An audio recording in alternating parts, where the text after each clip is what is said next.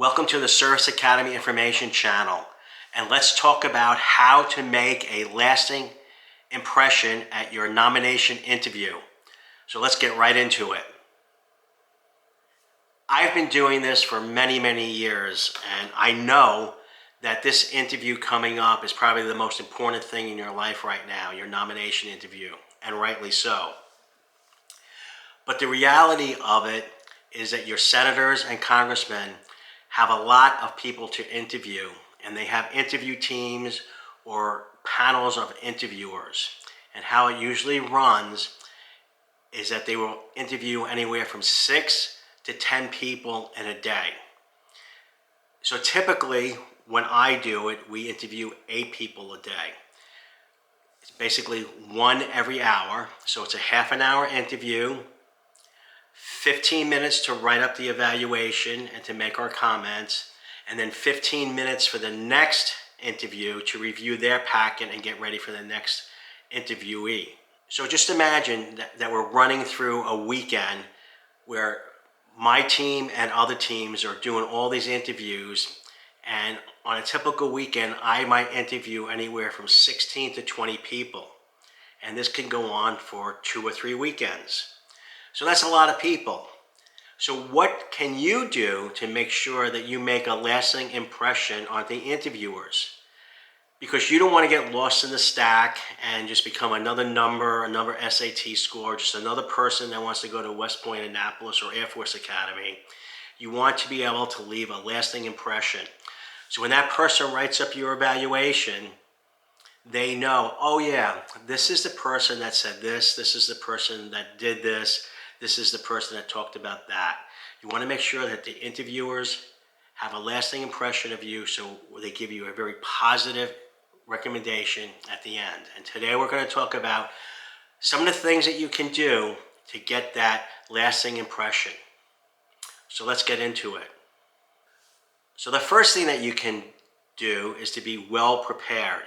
And by well prepared, I mean you have to be dressed for the part, but have a elevator pitch. Be all set to go and to introduce yourself, tell people who you are, where you go to school, where you want to go, what academy you want to go to, what you want to study, and what you want to do after graduation. Believe it or not, that quick little elevator pitch answers a lot of questions and sets the tone for the rest of the interview. Being prepared like that shows that you are prepared and that you have some control over what's going on in an interview. Now, it's not outwardly that you have in control of the interview. It's a subconscious that you are in control of where things go with you. Also, if you are going to be in person, have a one-page resume ready to go. So as you're giving this elevator pitch, you hand out your one-page resume and you continue your pitch. And here we are. They know about you. They know you went to school. They know your SAT scores. They know what academy you want to go to. They know what you want to study at the academy, and they know what you want to do after graduation. And they have all your information right in front of them. It's seamless. It's the way to do it. Believe me, it cuts down a lot of the questions and it sets the tone for the whole interview. So you can be in control like that. Number 2, when the interview starts, answer the interviewer's questions honestly and positively, and do not go down a tangent and do not be negative. And I'm going to give you a couple examples here of what to do and what not to do.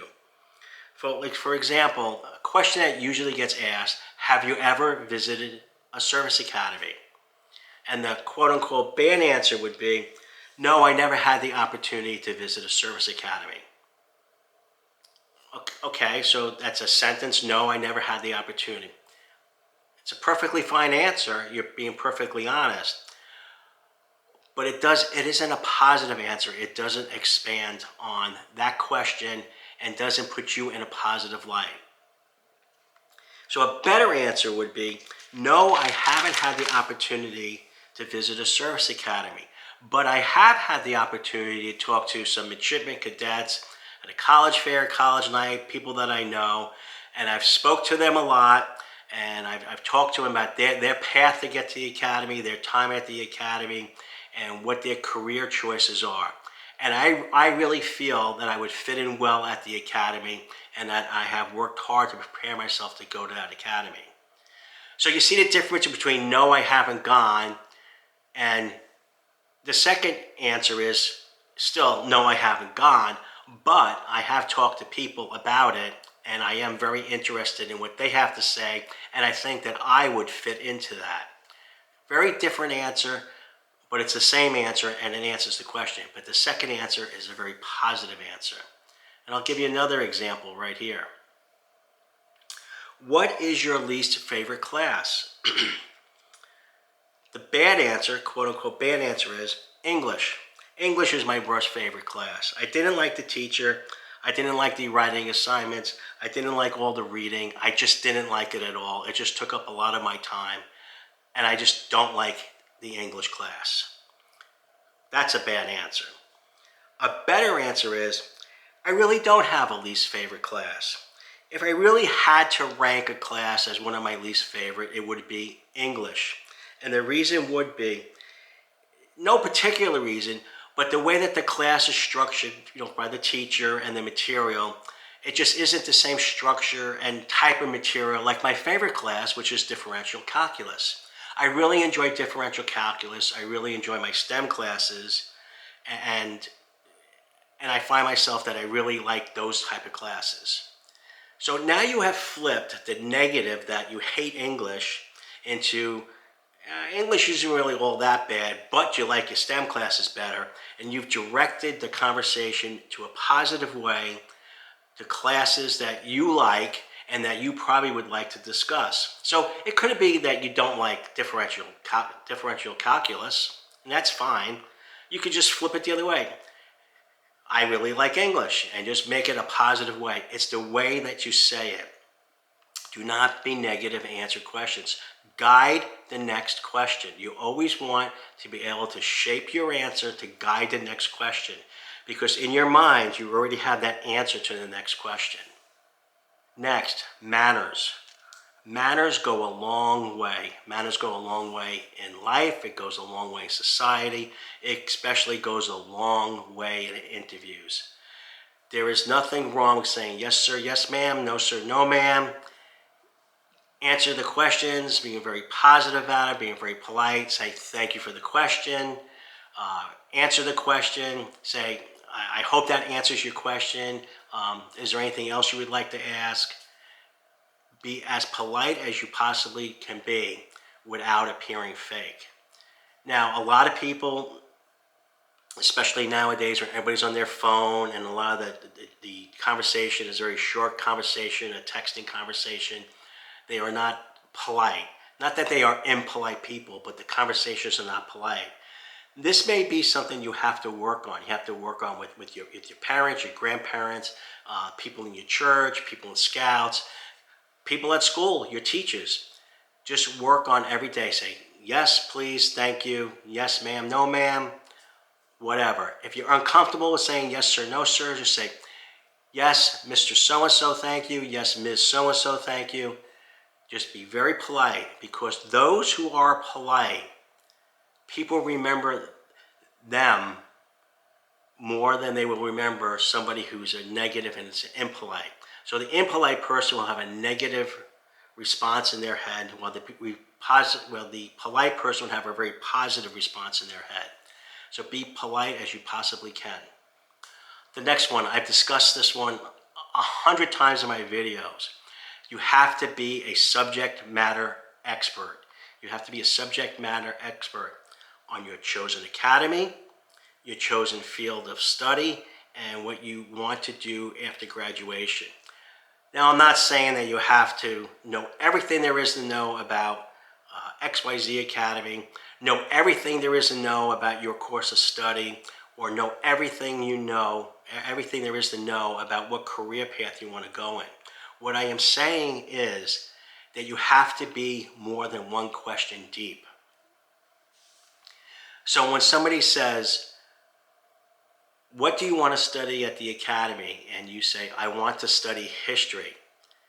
And they next question is, well, why do you want to study history? You have to have an answer for that. I believe that history teaches us this. I believe that those who know the past will not repeat it in the future. Those type of answers. What career do you want to go into? I really think I would want to be a surface warfare officer.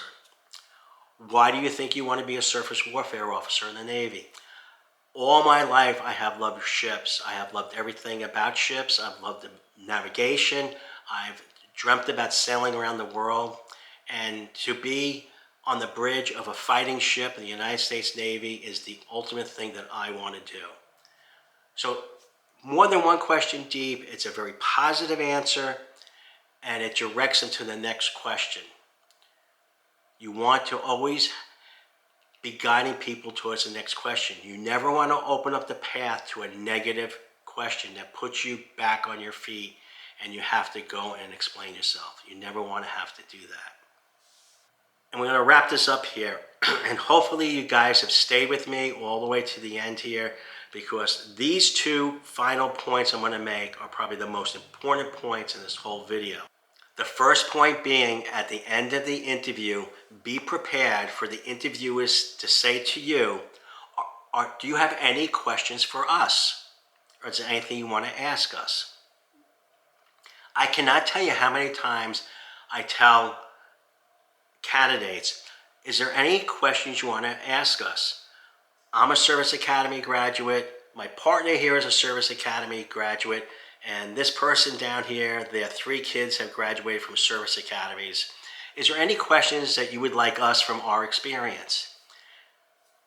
And I am baffled all the time when somebody says, no, I don't have any questions. No, I don't have any questions. You're going through this whole process. You've just been interviewed, and you have no questions about the process, about the service academies, about anything. You're just going to finish the interview, say thank you, and walk out. It just baffles my mind.